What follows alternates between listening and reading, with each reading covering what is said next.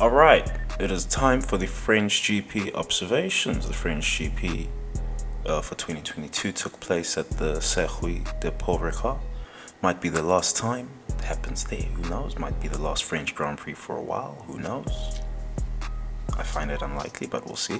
Anyway, you've seen the title. We're going to be addressing the scream heard around the world, the seat to avoid, and 10 years. 10 years. But yeah, I suppose I'll go with Peter Winsaw's word to describe, well, he described the circuit as clinical. I'll describe the Grand Prix itself as clinical. Because, well, for me, kind of got the story of the season in this Grand Prix. But anyway, it's a very ranging meta point. But anyway, all right. So let's start off. I suppose I'm gonna start off with Ferrari because we're gonna have to touch up on the scream heard around the world. But we're gonna start off with Ferrari. So I suppose an FP1 observation. Leclerc's turbo sounded a little deep in FP1. I mean, you could actually hear it revving and spooling. No, I'm just assuming it's a mic issue. They probably just mounted the mic a little wonky for the session or what have you. But yeah, that was something.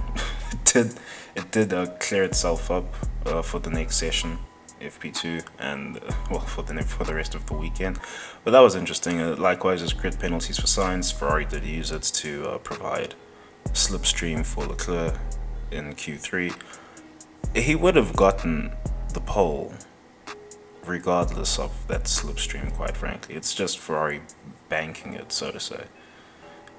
But otherwise, he was really guaranteed for pole. He was going to make pole regardless of whether Sainz gave him that slipstream. And it's interesting because now I consider the Ferrari definitively faster than the Red Bull. They've switched the free practice graphic. Now they've got Red Bull as the fastest car. It's very interesting. But anyway, I'll touch up on that as we get to the end of this video.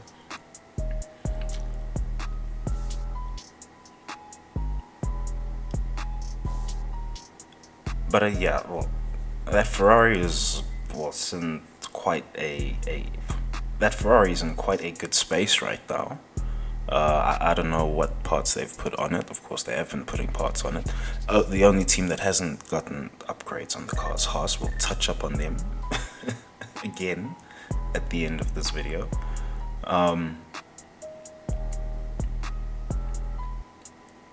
But yeah, Ferrari have gotten that Ferrari in a good place. That SF75 in a very good place. Is it good on reliability? It's anyone's guess. I don't think it is. Quite frankly, the way Verstappen and Leclerc were racing at goddamn, they were racing at such a pace. I was expecting one of their cars to break. Like either Leclerc's car was going to break or Verstappen's car was going to break. Someone's car had to break there. Now, of course, it wasn't the car that ended up slipping. It was the driver. But well, something had to give with the pace they were running that Grand Prix at. Alright, so my recording of this segment, it got deleted, went up in smoke. It's corrupted, so I'd had to scrap it, which is quite interesting. But anyway, back to the topic. So I gather that the optics for this Leclerc crash are, well, difficult for the F1 webosphere to take in. Here's the thing to understand. When the pit windows open, when cars start pitting, that's essentially when the race starts. Well, that's the race's second wind. You have to start putting in laps now. If it was Sir Lewis Hamilton, Bono would be on the radio telling him it's hammer time, right? It was hammer time for Leclerc, and he fell off the track. Okay. Now, either he's made another mistake while driving at the front, or something more sinister is afoot. Who knows, right? But either way, like it's not important, right? No, it's not really important because Verstappen, I believe after Spain, now just before Spain, but yeah, once Spain was over, it was decided that Verstappen was going to be champion. Perhaps not in Verstappen's mind. We'll get to Verstappen later in the video, right? But yeah, it was, if you pay attention, it was already decided that Verstappen, he was going to be champion of the season as soon as Spain was over. So it's not really important to me that Leclerc has crashed. I mean, I'm not even pulling this from the ethers, Binotto's own words, right? We've covered this. Binotto, he said it's just a learning season for Ferrari. They're not actually challenging for a championship. They are learning how to challenge for a championship. So this is also extended to the drivers. It's a learning season for Leclerc just as well. Doesn't matter that he was involved in a middling championship scrap a few years back. It's a quote-unquote learning season for him as well. Likewise for Sainz, it's a learning season. So this is Binotto's own words. I'm not pulling that from anywhere. But okay, sure. Leclerc, he's either fell off the track or his MK handler has pulled a switch on him. One or the other. It's not really important which. Right? It's not really important. I see in the Order 66 memes, it's quite similar to that. But that aside, Leclerc, he screamed. The scream heard around the world now. He screamed on the radio. The heavy breathing as well. He really shouldn't have. Well, I suppose he could have been winded. Suppose he could have been winded from the impact. The sun stopped with the tie wall. They're still using tie walls at Paul Ricard, but anyway, could have been winded from that. Although he did have enough, he was able to get enough air into his lungs to scream. But anyway, it's neither here nor there because it's just a learning season for Ferrari. And now one has to ask questions about what exactly Ferrari are hoping to learn with the with whatever they did with Sainz's strategy. I mean, that was quite something. That was really quite something. Because, well, yeah, on one hand they had the 5-second penalty. Why did they have the 5-second penalty? Because I guess they were slow on one of the right corners in terms of changing the. They were slow. And then whoever's on the light system was just not on job. So there's that as well. And that got them the 5-second penalty, unsafe release. Mercedes dodged an unsafe release penalty with Sir Lewis Hamilton. That's why he's got the slow pit stop. I assume it's just a slow turnaround for George on account of well, Sir Lewis Hamilton being held up by Perez, coincidentally. But anyway, all that aside, yes, Sainz did have a 5-second penalty. He probably could have driven away from the chasing pack. The worst, he could have pushed Sir Lewis Hamilton forward on the circuit. But he probably would have driven away. At best, overtaken Sir Lewis Hamilton and he kept the tyres alive enough. It was a hot day. It was a hot day, so the tyres weren't going to drop off in temperature after losing some carcass on the tyre. Thermal degradation was not on the cards. So, Ferrari did have some options. They could have been adventurous, perhaps a little more ambitious in how they handled Sainz's strategy, but they didn't do that. Instead, they pit him. The optics are weird, I suppose, because, well, because they've aired the radio. I should say they've aired the radio message while he's racing Perez in real time on screen. That message was probably given at the start of that lap or the previous lap, somewhere around there. And they've aired it there. It's very, it's played very badly on TV.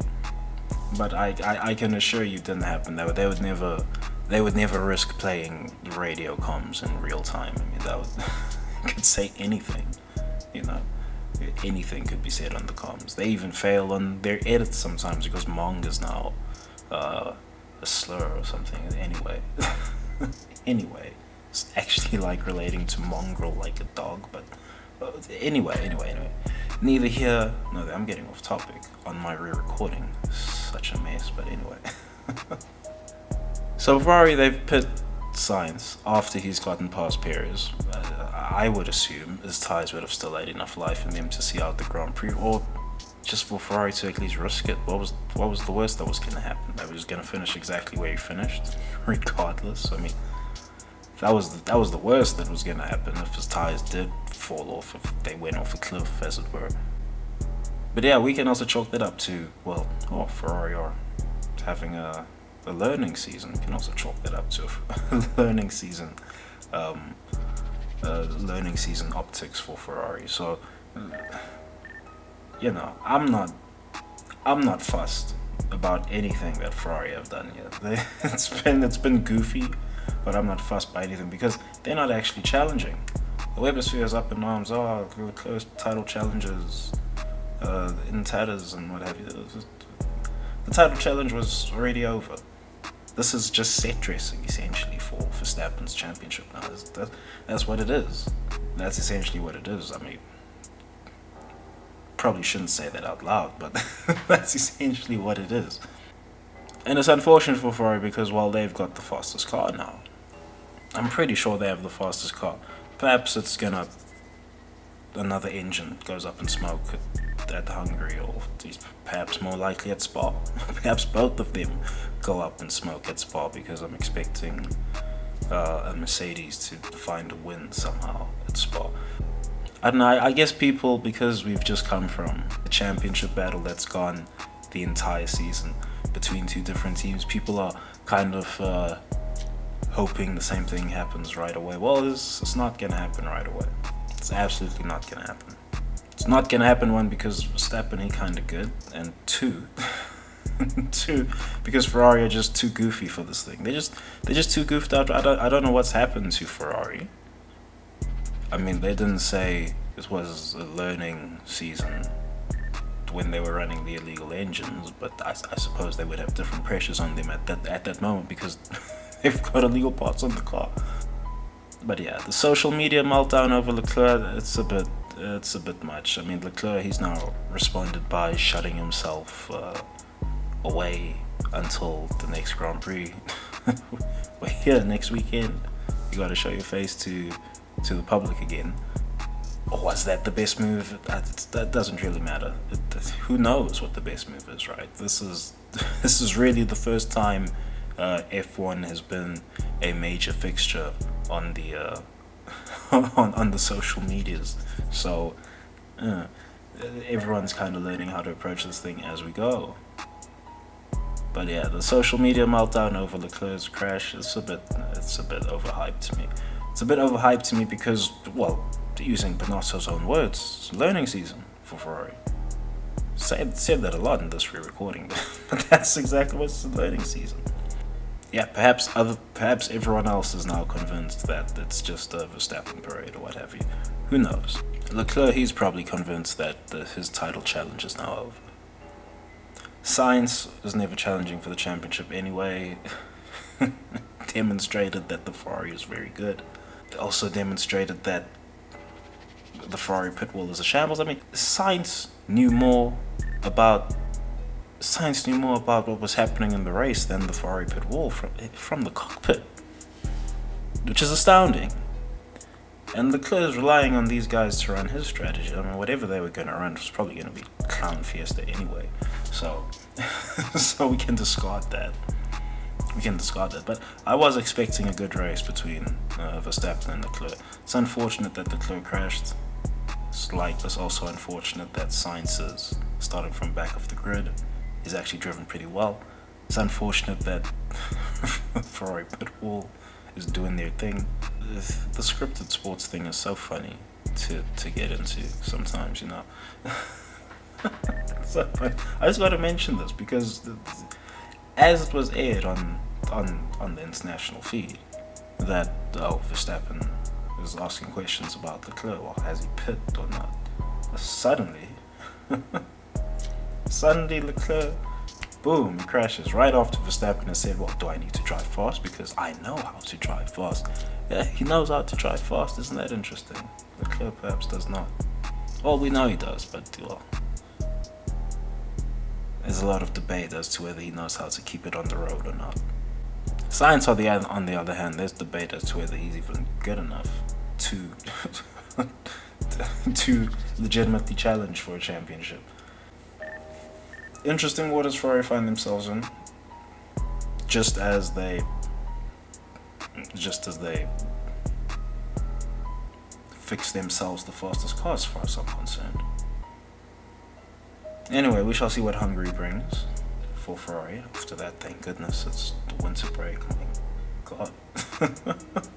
But anyway. Alright, it's time to address Red Bull. You know, Verstappen, he's had a very good weekend. All things considered, he's had a very good weekend, Verstappen. The Maximilian Verstappen. He has had I'm not going to say stellar weekend, but he's had I can't even say commanding. It's not clinical either. It wasn't exactly that clean. But he has had a convincing weekend. If there was any doubt in his mind that he was going to win this 2022 championship, well, that doubt's probably gone now. That's why he was giving himself room to be worried about his closest competitor, Leclerc. Oh, is Leclerc alright? I mean, the accident was innocuous enough for me, but you know what's actually happening there. It's actually happening there. It's not even that Verstappen is really concerned about Leclerc. He's smart enough. He's had bigger accidents, Verstappen, so that's not, the guy's fine. Well, the reason he's asking that is to actually employ his narrative control tools. Alright, because they have to actually keep the Orange Army in pocket now at Red Bull. They actually have to keep him in pocket. They actually have to keep the Orange Army in pocket. So the reason Verstappen is asked, well, is Leclerc okay after such an innocuous idea, so that the Orange Army don't do their madness. At least that pocket of the Orange Army that's doing the madness, so that them men don't do their madness.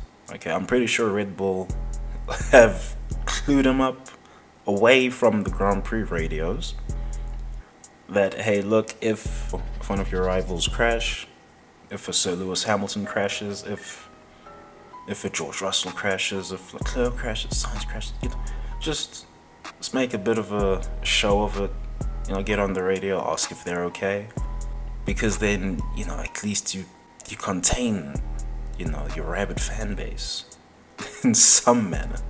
So that's why Verstappen is asked if Leclerc is alright, but otherwise Verstappen's had a very good weekend here. Very good weekend. I mean, I was looking forward to the Grand Prix long battle that we were teased before Leclerc crashed. I was looking forward to that. He's had to put enough pressure on Leclerc to actually force the error out of him. If we discard the MK Ultra and sundry ideas, if we discard all of those, then he's actually had to drive hard enough to force an error out of Leclerc. So Verstappen, he's had a good weekend. This is the usual at this point. This is what you're going up against when you're up against Verstappen. Verstappen, though, he's still got his demons. We'll get to that.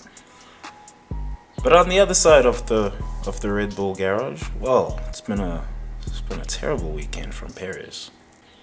It's been a bit of a disaster weekend from Perez, quite frankly. And I mentioned a while ago that it's going to be a problem for these, or for any of the quote-unquote title challengers, right? It's going to be a problem for them when Mercedes start placing their car between any of them, right? When Mercedes start placing their cars between any of them, not just one car, but both of the cars. Both the Mercedes got ahead of Perez, and Perez, I don't know what was happening with Perez on the virtual safety car race. I don't know what was happening with him there. Was he just asleep? Is George Russell just that smart? But that was shocking. Firstly, he's stuck behind Sir Lewis Hamilton. Okay, understandable. It's understandable. Even Verstappen made a very strong move at the start of the Grand Prix to cover off Sir Lewis Hamilton's start. He done another madness of the start to Sir Lewis Hamilton. I don't know what understanding of the start procedures that Mercedes unearthed at Silverstone at the British Grand Prix. I don't know what type of understanding they unearthed, but surely they found something. because this start that he pulled off at Paul Ricard is madness. A madness. Verstappen had to cover him. Perez just fell behind him. What else was there to do? What else was there to do? It was a perfect start again. And that was his Grand Prix over. Functionally. You see, you can't... Mercedes are at a point now, they've gotten enough pace relative to Red Bull and Ferrari where you don't actually want to fall behind the wall. I say that, it's more that Red Bull don't want to fall behind them. They'll have a much harder time overtaking. I believe I believe the Ferrari would have an easier time overtaking the Mercedes. Still a lot of work to overtake them, but an easier time than the Red Bull. Perez in the Red Bull, he's stuck behind Lewis Hamilton for the Grand Prix. Stuck, absolutely stuck, can't move forward. Remains to be seen if Sainz would have also been stuck. Perhaps Ferrari pitted Sainz because of that, because, oh well, he's behind Sir Lewis Hamilton now, he's not going to overtake him. We just know this. This is a given. Perez wasn't able to overtake him. The sister car is leading the race. Who knows? Red Bull will know. Well, Red Bull, Ferrari, they'll all know. Perez, he's had a terrible weekend though. He got stuck behind Sir Lewis Hamilton, fine. But to then also fall behind George Russell, yeah, that's a more painful race result than Canada.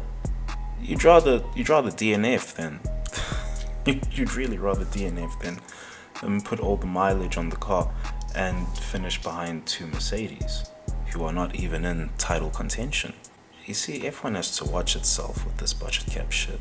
You know? Because on some level, I actually want Mercedes to sandbag. I finish 4th in the constructors if you can, lads. Get the money. Get the wind tunnel test time, all of that. But anyway, there's safeguards around all of this on account of the mid-season rebalances and all of that. But yeah, there's some interesting things some teams could think of doing.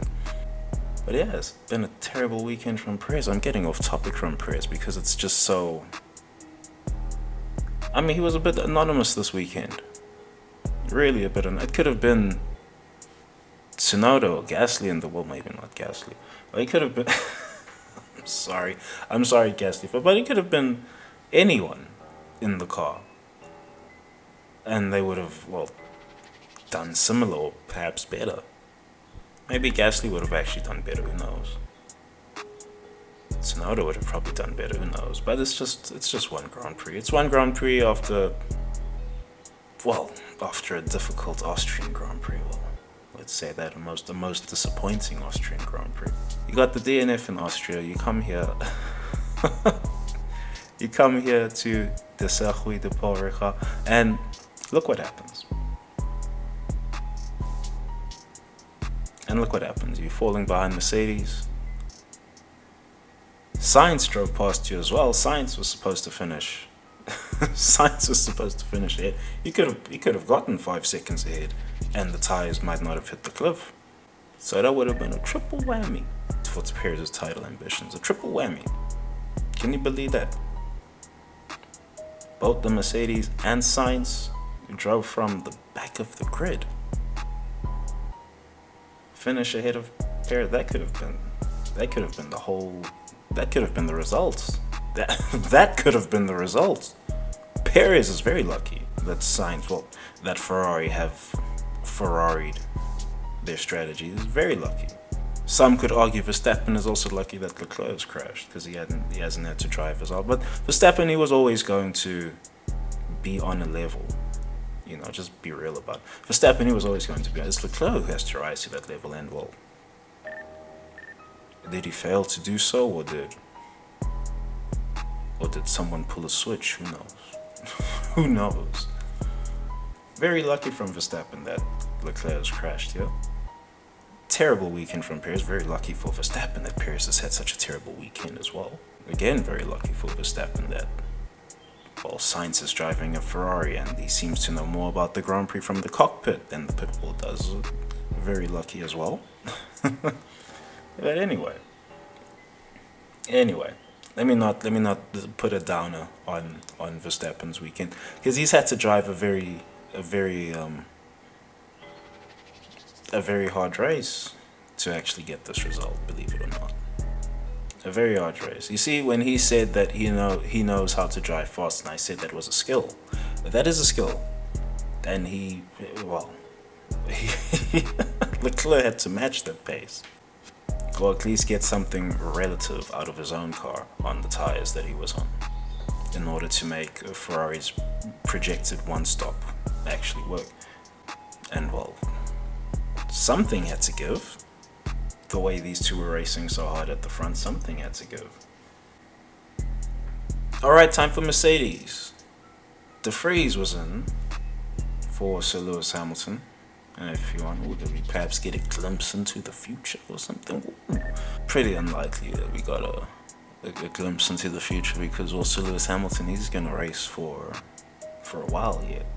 For a while yet, I suppose. And this is perhaps one reason why young drivers should not bother looking towards the Mercedes seat. Right, this is the seat that the seat to avoid, as it were. Right, and 10 years. Because, you've seen the clip. I'm sure if you're watching this video, you must be subscribed to F Wonderful. Perhaps you are not subscribed to F Wonderful, in which case, go to F Wonderful's channel, check out his latest vids. I believe he's got a short that he's put up where whoever the Donnie who's asking the questions in the in the media stables is, whoever that Donnie is, he was asking Sir Lewis Hamilton, Toto and the Mercedes lads, they were talking about how much longer you could go on for, and they were saying anything from 5 to 10 years. And you've seen Verstappen's reaction to the idea of Sir Lewis Hamilton going on for 10 more years, the absurdity. This is perhaps this is the key reason. Right, it's not one reason, it's the key reason that young drivers should just not even look towards the Mercedes seat. And that is that Mercedes only employ generational drivers. You have to find yourself at the right time in the generation to get into that seat. Right, your timing has to be impeccable.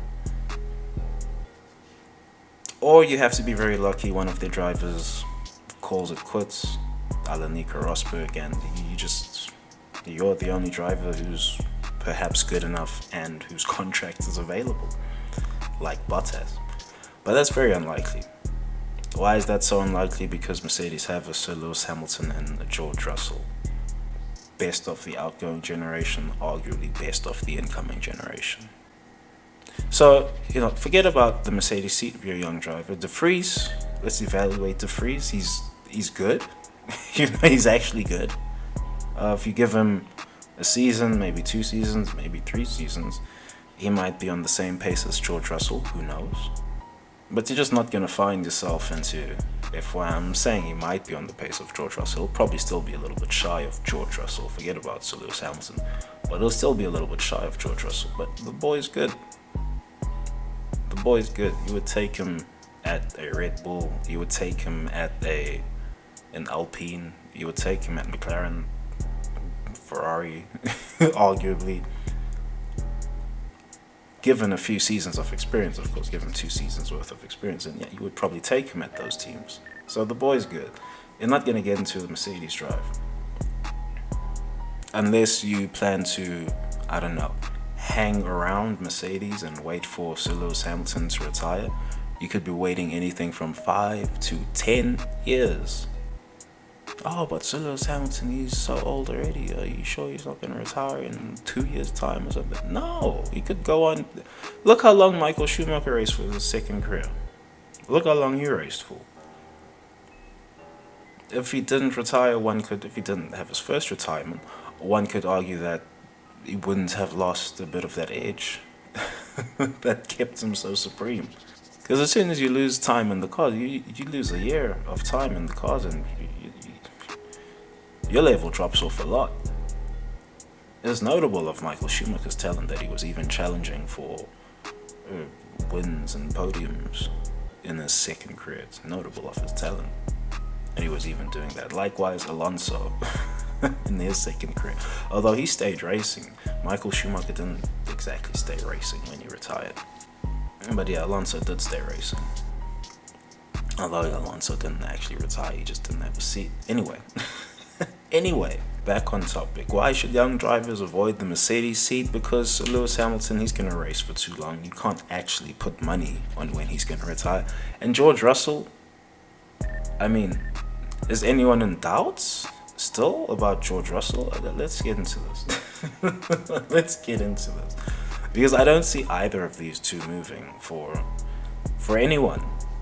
I mean, you would have to have Max Verstappen lined up for a deal or something, most likely. And you would have to know Verstappen is going to race for 10 more years, most likely. Like, you got to have guarantee on his longevity. Which I don't even think Verstappen could guarantee that longevity himself, so... So, let's get into Mercedes' weekend here. Yeah, they had De Vries in for FP1. De Vries, interesting driver, should look somewhere else other than Mercedes. Every young driver should look somewhere else other than Mercedes. Now, Mercedes have been weak in qualifying. Their car does not seem to... Well, their car just doesn't qualify well relative to the Ferrari and Red Bull. Now, why is that? Is it tire warming issues or something? Who knows? Mercedes, they'll figure it out. And they'll probably want to see where everything falls, specifically after Spa, when the floor rigs come in for good. I suppose everyone would want to see that. Speaking of the floors, there's some chatter that Perez is perhaps running Red Bull's floor solution for whenever these flexi floor rules come in for Spa. At Spa, I should say. That perhaps Red Bull were testing that setup on Perez's car. Now, I've perhaps already covered this. I believe if Red Bull did have to change their floor, they would just put it on both the cars and see where exactly they stand. That aside, they probably regard Verstappen as a better barometer for the car anyway. So they would want to have it on Verstappen's car just to see, well, what happens to the actual tip of the spear when we put this piece on. Likewise, Adrian Newey, I've mentioned this in comments, I suppose. But likewise, Adrian Newey, he doesn't go to Sergio Perez to, hey, Perez, how does the car feel? He doesn't do that. He goes to Verstappen every single time to Verstappen. Monaco, they've been driving behind the safety car in the rain. Who's Adrian Newey talking to? Hey Max, tell me what the car's doing when you drive over those painted lines. Come on, tell me what's it doing. Is it squirming? Can you control that? What's it doing that? I can redesign the suspension for you if it's giving you a difficult time. Oh my god. Okay. But yeah, otherwise Mercedes have been weak in qualifying. Alright, getting back on topic. Because I don't believe Red Bull would be running separate spec of car. They're too good for that at this point. Yeah, they might run out of parts, wings or something, if something gets damaged, I suppose, but they otherwise intend to run the same spec of car on both drivers, Red Bull. They do intend to do that at this point. So, Mercedes have been weak in qualifying. They've qualified behind Perez. Alright, they probably would have qualified behind Sainz as well. Alright, if Sainz didn't have his engine penalties. But look, they're really strong in race trim. Put some fuel in the car, and now you've got to drive long distances. They're pretty good. They're good enough to scare Red Bull, at least. I don't believe Ferrari are that scared of them. Well, Ferrari are perhaps more scared of themselves than anyone else. Because by my eye, they have the fastest car. They might not have the fastest driver, but they've got the fastest car. So by my eye, Ferrari only have to be afraid of themselves. Alright, likewise, Sainz is driving past George Russell and all these things. It's not the Mercedes that Ferrari are scared of. Red Bull are scared of the Mercedes though, because there's no guarantee that the driver will actually get past the Mercedes if the Mercedes gets ahead. There's absolutely no guarantee of that. And at this point, you can probably expect Mercedes to find themselves ahead of Sainz or Perez more often at some Grand Prix. more often, because they pull off the line like well, at least Sir Lewis Hamilton, he pulls off the line like lightning. I don't know what he's doing right now. Who knows what he's doing right now? But those Mercedes, yeah, if they've nailed their starts the way they have, or the way it looks like they have, then the likes of Perez and Sainz, they've got a real problem on their hands. Likewise, if Verstappen or Leclerc has an off-form weekend, then they qualify, and they qualify fourth or third, then they're just as liable to fall behind a Sir Lewis Hamilton or a George Russell off the start line. They're just as liable to fall behind. So yeah, at this point, well, from here on, at least for a while, we'll have to see when exactly they fall off. Post-Spa, we'll have to see when exactly they fall off. Which Grand Prix specifically. I'm expecting they'll get to Suzuka looking good, and then after Suzuka, Mercedes will fall off. I'm expecting that. But we'll see if that actually happens. But otherwise, do expect them to be ahead of Sainz and Perez more often, at least in race trim. I wouldn't say in qualifying, but who knows, anything could happen, right? Anything could happen. Verstappen, he had to cover off Sir Lewis Hamilton at the start. He could not afford to let him get past. He closed the angle of the corner right down. He said, no, absolutely no way is that silver and yellow Mercedes getting past here. Absolutely no way, because if that happens, well, if that happened, Verstappen would have probably lost his damn mind. But anyway. Anyway, I need to address this Perez versus Russell situation coming off this virtual safety car. Is Perez sleeping? Is he sleeping? That was so. Either Perez is sleeping or George Russell is just a racing genius, right? You take your pick of that one, because there's absolutely no way that Perez can be caught napping like this with the virtual safety car. So there's no way. There's no way. He's seen too much F1, but who knows? Who knows? George, he's still got his maximum brain plasticity going. He's still ultra creative in the cockpit. So who knows? George could have innovated a thing in regards to how to run a virtual safety car restarts. Who knows? At least win in a battle with someone. But yeah, well, Helmut Marko, he was not happy. I'll tell you that much. Marko, he was not at all impressed that Perez got passed by George Russell coming off that VSC restart. He was not at all impressed. Wow.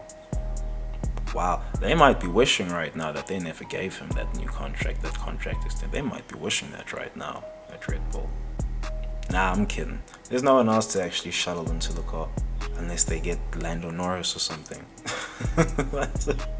Or some rumors of Alonso getting it. Oh, Alonso would be ridiculous. Because he's so old like that. What the heck would actually go on there? And he's Alonso. Like, is that actually going to... Anyway. Norris seems more likely, but that's even if. That's even if people buy Norris's talents in that type of fashion. But anyway. Yeah, Perez has been caught sleeping.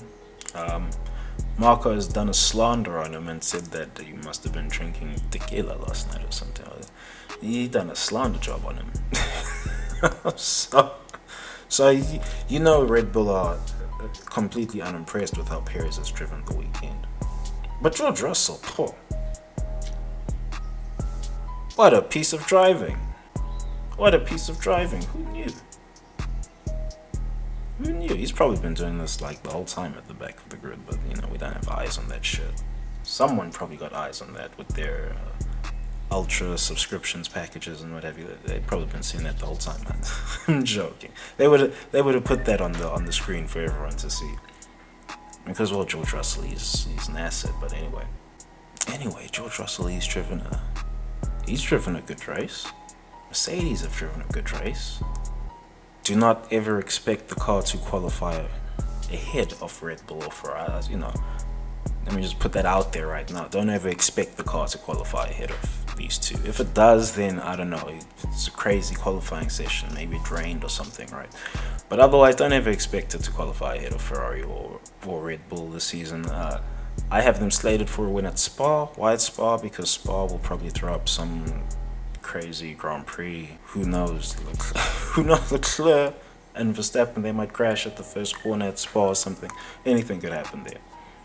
Specifically Spa. You know, like Spa, if there's any Grand Prix that's gonna do something crazy, it will be the Belgian Grand Prix.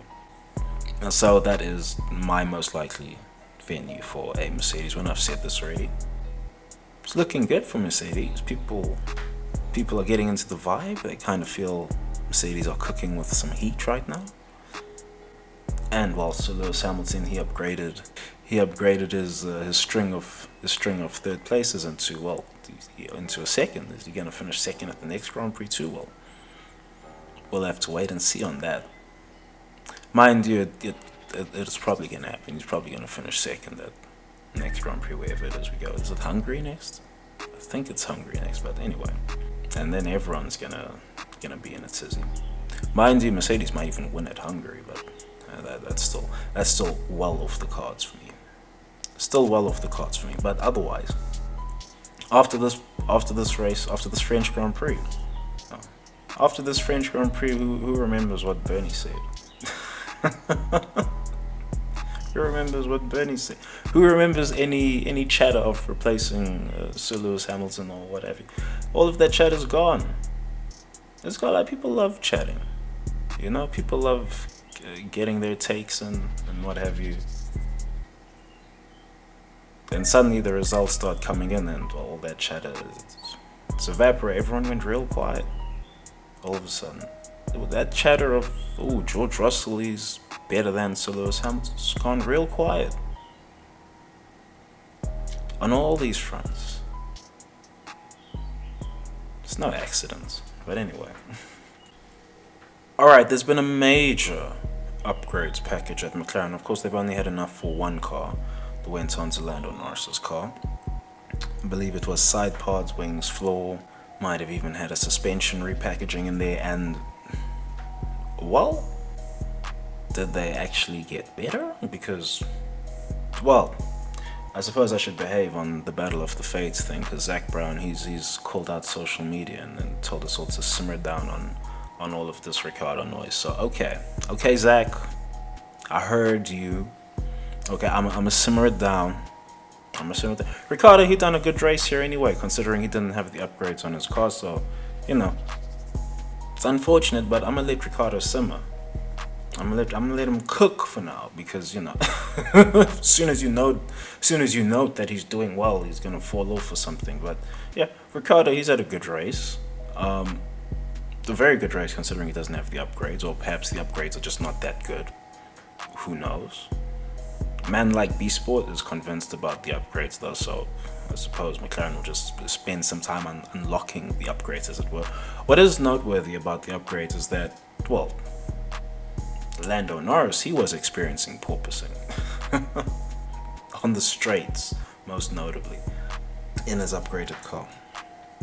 So, well, is that a problem for McLaren? I don't expect it to be a problem. I expect them to have it dialed out of the car, well, within 1 or 2 Grand Prix. Well, by the time we hit Spa and the technical directives come in, you know, porpoising is an afterthought. Or perhaps, well, because a lot of the cars do porpoise in the corners at the start of the weekends, perhaps this is the new locale for porpoising, and it's not just a problem isolated to Mercedes. If their car does so porpoise in the corners at certain Grand Prix, it's not just a problem isolated to them, it's really across the grid, although it's not really porpoising at this point, it's just more the plank just scraping on the ground. It'll be interesting to see what exactly that situation looks like at Monza, I suppose, but that will be for then. But yeah, otherwise, a pretty decent weekend from McLaren. I believe the plug-and-play nature of the new race, at least, is falling away for this season. Who knows what will happen next season when teams bring their new packages to the fore. But for this season, at least, as teams start putting upgrades on their cars and start understanding how exactly to find performance in their setups, the pecking order is somewhat being established. Alright, and McLaren are somewhere in the top 10. McLaren are probably fifth best car on the grid right now. Probably. They've probably gotten ahead of Aston Martin with their upgrades. At least decisively ahead. Alright. It's unfortunate that Zach Brown be calling us out and telling us not to do our battle of the fates. It's really unfortunate. Because now Ricciardo's found some form. Anyway, it will be interesting to see how Ricciardo does it when he gets the upgrades, I suppose. Likewise, it will be interesting to see if they're still actually in the top 10 when both the cars are running the upgrades, at least consistently. Will be interesting to see. I suppose it's a decent enough time to touch up on Lando Norris, I suppose, because Lando seems to be a dividing opinion in regards to, well, how good is he actually? Here's the thing about Lando. Lando's already passed the eye test. Whatever the eye test so is, he's already passed it. They say he's future world champion because they actually expect him to be a world champion at some point. He just needs one, right? Jensen Button, he just needs one. And that's no like overestimation of his ability or anything. He does actually have champions potential. You know, the boy Lando, he does actually have champions potential. This is why it kind of matters how he performs relative to Ricciardo and how Ricciardo performs relative to him. It kind of matters. I got my hands off that shit for a bit because, you know, Zach, he's talking. Zach laid down the law on that, so okay, I got my hands off it for now. But I tell you what, after the winter break, I'm right back on that thing. Or is it the summer break that F1 has? Well, after the summer break, I'm right back on that thing. It's winter because I'm in Southern Hemisphere. But I tell you, once we back in Spa, once the season resumes in Spa, Mr. Brown, I am back on this battle of the fates thing. But anyway, it looks like Ricciardo, he'll probably do enough. At least when compared to a future world champion in Lando Norris. You see, it will be Lando will have under-delivered on his own potential if he doesn't actually finish his F1 career with at least a championship, right? Kimi Räikkönen got a championship. Kimi Räikkönen, by the way, just a sidebar here, Kimi Räikkönen is the perfect example as to like what level of ability you actually have to be getting multiple world championships, right? And what level of organization you have to be able to maintain around you to actually get multiple champions. Because Kimi Räikkönen, in terms of talent, in terms of driving ability, he probably should have done the Sebastian Vettel thing and gotten 4 championships. He only got 1. Very fortunate to get the 1. One could argue he should have had 2 or 3 on merit with how he was driving at McLaren, but yeah, he only got the 1. It's not particularly easy to find yourself a championship in this thing. It doesn't really matter how good a driver is. Kimi should demonstrate that well enough. Alright, but the intelligentsia, the apparatus, they believe Lando is good enough for a championship. I buy them on that. I also believe Lando is good enough for a championship. He just has to get 1. He's got a lot of years of racing ahead of him. Right? It's not like his career is gonna end. Well, I say this, but touch wood, you know. Anything could happen, some wild accident or something. But it's not like his career is gonna end next season, or the end of this season, or anything. So he's got time on his hands, Lando, to fish a championship somehow. Be it at McLaren, if McLaren so see a revival in form, or be it at, who knows, Alpine, if Alpine see a revival in form, or a Mercedes, if Sir Lewis Hamilton calls it quits early after another obvious robbery takes place or something. Who knows? Who knows? Maybe Ferrari get rid of Sainz or Leclerc and Lando gets shuttled in there. Maybe Lando goes Audi if Audi actually land in Formula 1. There's allegedly doubts about that now, but anyway. Alright, Esteban Ocon has ended Tsunoda's race. It's unfortunate for Tsunoda because, well, after the grid penalties were handed out, he'd actually qualified really well. He was starting 8th on Sunday. You know, he was in prime position to actually fish out an interesting result for AlphaTauri. But anyway, I believe the car would have fallen back anyway. I don't believe it would have stayed in a point scoring position. But all that aside, Ocon has ended Tsunoda's race. He's gotten a 5-second penalty for it. I mean, they're probably going to have to address some of these penalties for driver collisions and stuff. We'll probably have to address that. I'd like them to address it in the off season. I don't want them to do it mid-season, because anytime they change shit mid-season, it just it causes too much of a stir. And I would hope they're just smart enough to just steer clear of this for just a second, right? But anyway, Ocon has ended Tsunoda's race. Doesn't really matter, because Tsunoda, AlphaTauri was going to fall back anyway. Gasly is completely anonymous in that car now. But have Alpine secured the best of the rest slot after Ferrari, Red Bull and Mercedes? This is the question that has to be asked in regards to Alpine. And in my mind they have. In my mind they absolutely have. In my mind McLaren are, well, I'm going to make it sound like they're really far behind, but they're not actually that far behind Alpine, but they are behind Alpine. Definitively behind. I would expect Alpine to get ahead of them at any Grand Prix where overtaking is easily done.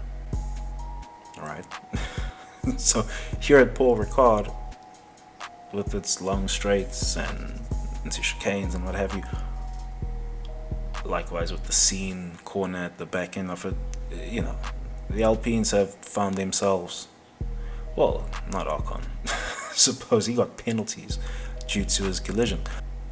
But yeah, Alonso, he will probably find himself ahead of the McLaren drivers pretty often. And Alpine have just silently gone about developing their car. I mentioned their rear wing that they put on the car at Baku. I still believe that every team is going to have some sort of iteration of that rear wing come next season. Especially next season. But yeah, they've silently gone about developing the car, and well, they're the fourth best car on the grid, Alpine. It's not even up for debate, really. I mean, it could be up for debate with McLaren when McLaren bring their second pair of upgrades, but otherwise, not really up for debate. Really, what we'd be looking at is, well, how is Ocon going to perform? Because Alonso is probably going to get himself ahead of the McLaren, like I've said already. So really we have to look at how is Ocon going to perform in that car. He's gotten penalties this race, the 5-second penalty. That's undoubtedly affected his results. But I otherwise believe he probably would have finished ahead of the McLarens. Really. It's not like it's up for debate like Leclerc, Verstappen. I don't know who actually would have won if Leclerc didn't crash, right? It's not like it's one of those. This is clear cut where, in my mind, if Ocon didn't take out Tsunoda, whether Tsunoda left enough room or Ocon went into the corner too fast, who knows? Doesn't really matter at this point. Doesn't really matter at that point of the world. Mattered for Tsunoda. He was 8th at the time. Well, I say 8th. It was like, what position was that? It was like 9th, somewhere around there. So yeah, it mattered to Tsunoda, I suppose, but I mean, in the grand scheme of things, it didn't really change anything outside of Ocon's results. So I suppose the penalty worked as intended, but anyway. I'm just putting this here. This is probably where the sundry observations start. It's worth considering that Alpine are probably the best of the rest, at least after Mercedes. At least post Paul Ricard. Maybe they had a special Paul Ricard engine mode. They had a special Paul Ricard engine mode going on in the arena over there. Who knows? I doubt that, but who knows? Alright, so the F1, because the F1 calendar is just a madness now, and there's like a race every fucking week, alright, I'm just gonna collapse that Haas video I was thinking of making into this GP observations, alright. So Haas have upgrades slated for Hungary. They haven't upgraded the car, right? The car hasn't been upgraded. So they have upgrades slated for Hungary. Gunther, he's very excited about these upgrades, whatever they so happen to be. Okay, he's very excited about them. He hyped them up an awful lot, an awful lot during free practice. So now we have to consider, well, what exactly are Haas going to bring in Hungary? All right, are they going to bring another Red Bull inspired car? Are they going to present their own wildly unique concepts? Are they going to actually try and copy the Ferrari? Are they going to try and copy the Mercedes? What exactly are they going to bring? And well, there was an interesting news piece I came across where it mentioned that most teams are quote unquote copying Red Bull. The only team that's copied Red Bull is Aston Martin, right, at this point. But a lot of the teams are ending up with cars that, well, look kind of similar to the Red Bull because, like I said in a few of the technical videos earlier on in the season, I expect the Red Bull to be a common endpoint for a lot of teams' development paths, right? Because that car, the Red Bull, it looks like a car that if you built it to the letter of the rules and you developed it as much as possible, that's the type of car you'd come out with. No type of exotic concepts coming out here with the Ferrari or the Mercedes. Just build it by the book and make that by the book car as fast as possible. And that's kind of the Red Bull, and that's kind of what everyone is kind of gravitating towards. Everyone's car is kind of looking the same as the Red Bull. So I'm on the lookout for whether or not Haas's car is going to look like the Red Bull or whether they've got something completely new planned for us. I think it's going to look kind of like a Red Bull copy. Of course, with Haas's own flair, of course. Not going to be a Tracing Martin job, but with Haas's own flair. Like McLaren have done with their car, like Williams have done with their car. It's going to have a bit of its own flair. But it's going to be perhaps heavily inspired by the Red Bull. I would hope not. I would hope that Haas getting so much money coming into the season with the budget cap and something, they would have something a little more ambitious, but who knows. But it's worth noting Gunther's very excited about them, so I want to see what exactly these upgrades look like.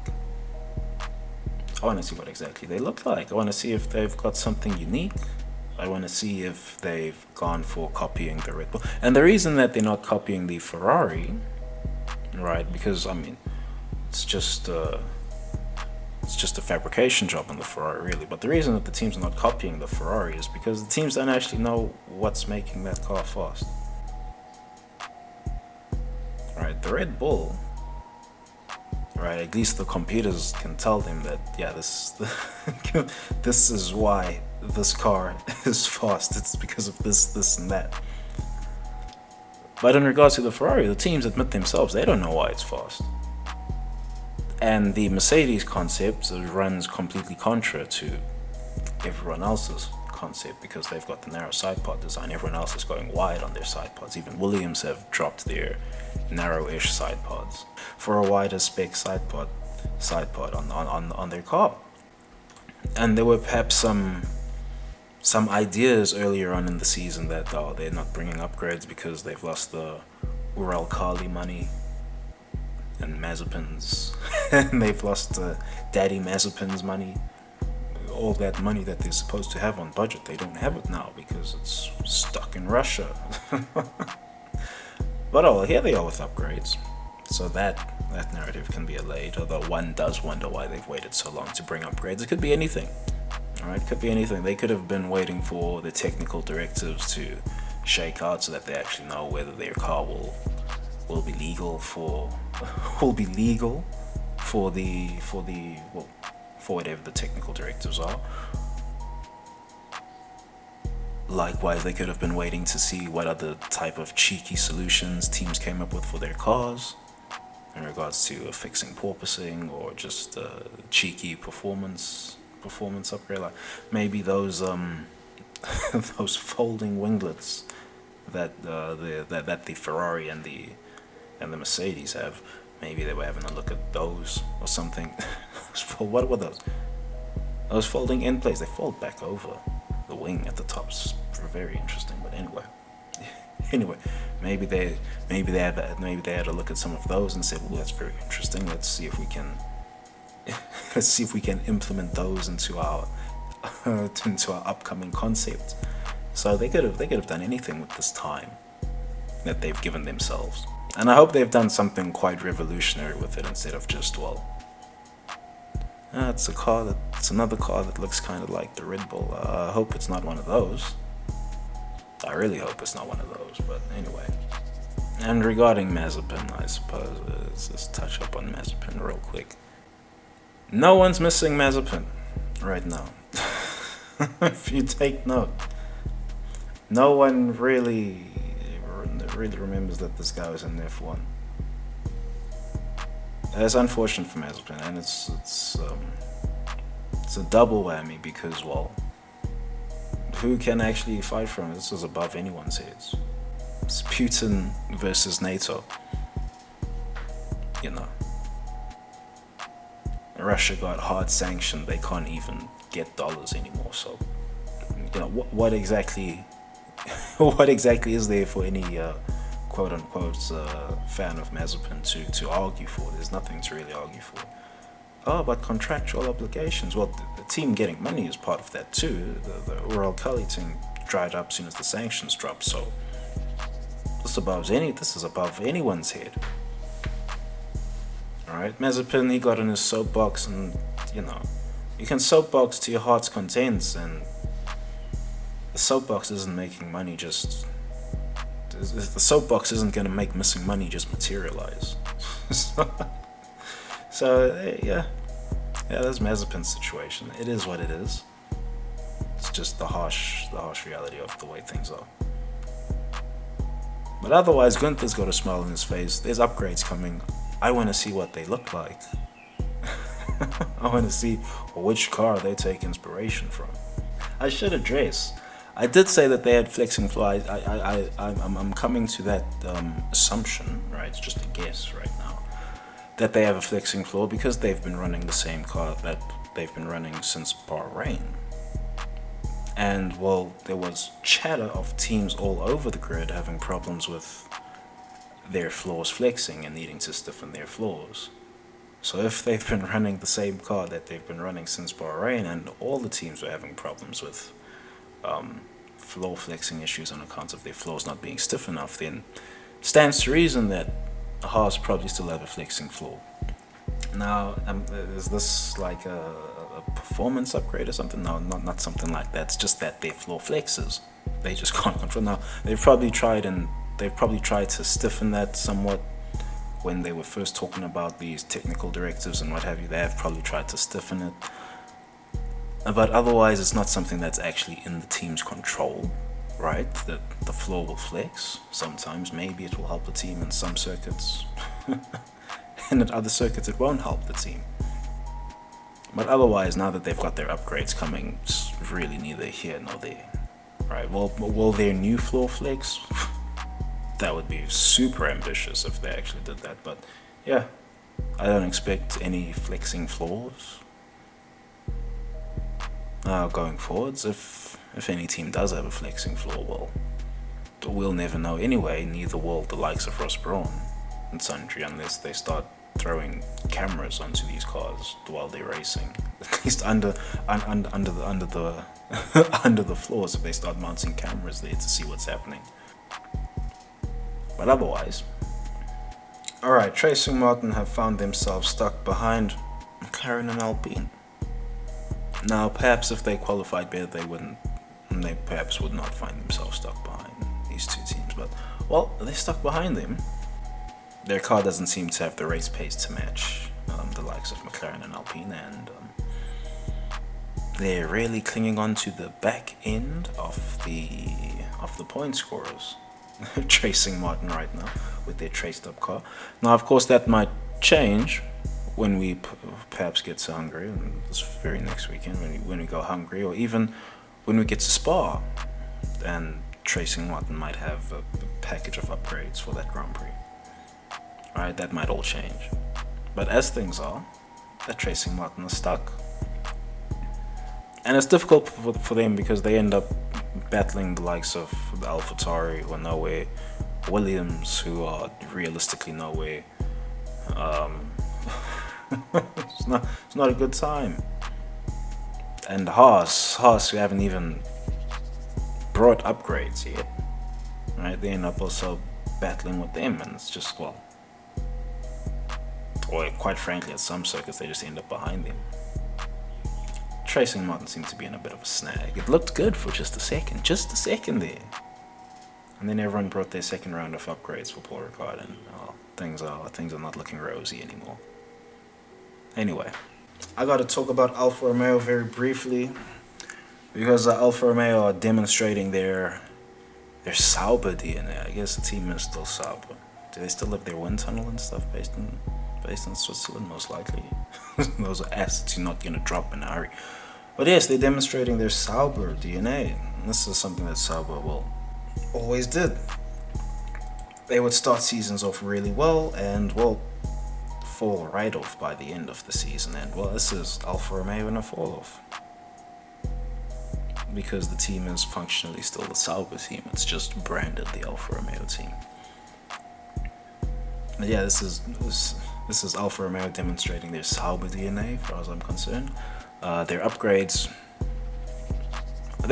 are the only ones that took the car backwards, at least according to that car development chart that they put up in free practice. At least according to that, their car is the only one that's gone backwards with the upgrades. With whichever upgrades they put on the car at Baku of all the circuits to bring upgrades from there, you would never be able to actually test the efficacy of those upgrades. But anyway, it remains to be seen if Bottas will rescue them somehow. Perhaps they bring upgrades for Hungary, and Bottas he does a Bottas at Hungary thing. Who knows? There's no Russian Grand Prix, so I mentioned this already in a previous GP observation. That would be the ideal time to see what exactly to see where exactly this Alfa Romeo falls, but well, that's not happening, so I'm leaving that to Hungary, because Bottas is generally very good at Hungary. But yeah, Kubica was in for Bottas in FP1. I believe that is Alfa Romeo's third driver time done. They don't have to run the third driver for the rest of the season. I suppose Kubica comes with some money. He must come with fair amounts of Polish money. But otherwise, the assumption must be that he comes with money. Alfa Romeo undoubtedly needs some money for whatever it is that they're developing, rescuing their bad upgrade choices. But yeah, that's just my notes on Alfa Romeo. This is just Alfa Romeo demonstrating their Sauber DNA. They'll probably start off next season just as good as they started off this season. But anyway. Alright, now I believe this is the last thing I want to talk about, the track limits issue. Now, if they are going to start policing track limits so strictly, one might advise them to just build the policing measures into the track itself. I mean, that seems the most obvious of things to do, but you know,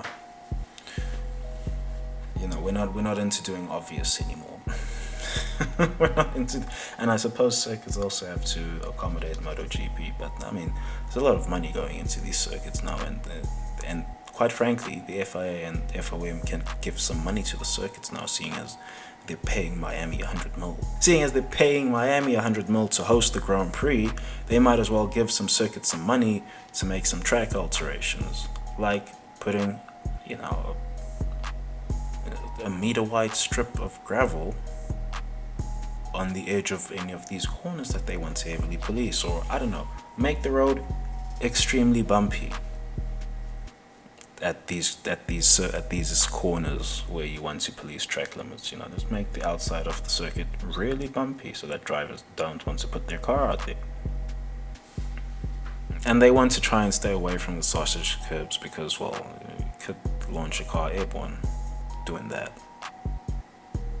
You could make a car go flying doing doing those sausage curbs. We don't talk about that too loudly, but yeah, that's the thing that could happen. Probably not the F1 cars, probably the junior formula. But you probably don't want to see a Formula 3 car or Formula 2 car flying through the air. We've seen that already. Not a good time. But yeah, otherwise, on this track limits thing, because I'm finding it very pedantic for the drivers to be radioed or given black and white flags, what have you. I just find it very pedantic. If you want to police track limits so sternly, then just build the policy measures into the actual circuits, build the policing measures into the circuits themselves. And then no one has to talk about track limits. You know, no one has to do that. Oh look, there's gravel on the outside of Austria, all over the shop. No one has any track limits issues with those corners. But oh look, that one there where they put nothing. It's just some AstroTurf, if even that. It's just painted over. It's an advertising board essentially. You know, some other pieces of track and oh look at that, the drivers are just flinging the car well off the circuit. Well, just put some gravel there. It doesn't have to be a big strip of gravel. It doesn't have to be a big patch of gravel. I'm not asking for, you know, like filling a whole acre of I'm not asking for filling an acre of the track with gravel. Just put a little strip of gravel on the outside of the corner that you want to police. You know, it can be 1 meter wide, and whatever the length of the actual exit curb is, yeah, it can be the length of the exit curb. And you watch. All of a sudden, those drivers will know exactly where the edge of the circuit is. But anyway, I think that's the GP observations done. There's probably some other stuff I could have talked about. Williams. Is there anything to really address with Williams? They've got the upgrades on both cars now. We'll see what happens. This is why I don't buy the whole money is the separator for F1 teams thing.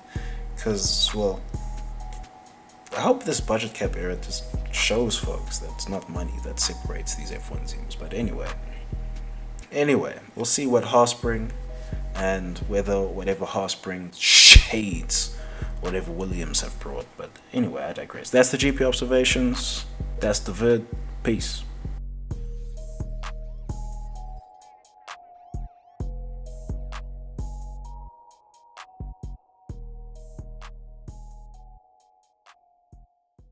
Hell breezy. Let me show you how to keep the dice rolling when you're doing that thing over there, homie. Hey, let's go! Cause I'm feeling like I'm running and I'm feeling like I gotta get away. Better know that I don't and I won't ever stop. Cause you know I gotta win every day. Go! See, you really wanna pop me. Go! Just know that you will never flop me. And I know that I gotta be a little cocky. Go! You ain't never gonna stop me. Every time I come a nigga gotta set it, then I gotta go and then I gotta get it, then I gotta blow and then I gotta shut it. Any little thing a nigga think that he be doing, cause it doesn't matter, cause I'm gonna dead it. Then I'm gonna murder everything and anything about it. Boom, about a bing. I gotta do a lot of things to make it clearer to a couple niggas that I always win and then I gotta get it again and again and again. And I be doing it to death and now I move a little foul. Nigga better call a ref and everybody know my style. Niggas know that I'm the best when it comes to doing this and I be banging on my chest and I bang in the east and I banging in the west and I come to give you more and I will never give you less. You will hear it in the street and you can read it in the press. Do you really wanna know what's next? Let's go. See the way we on it and we all up in the race and you know we gotta go now try to keep up with the pace and we struggling and hustling and set it and get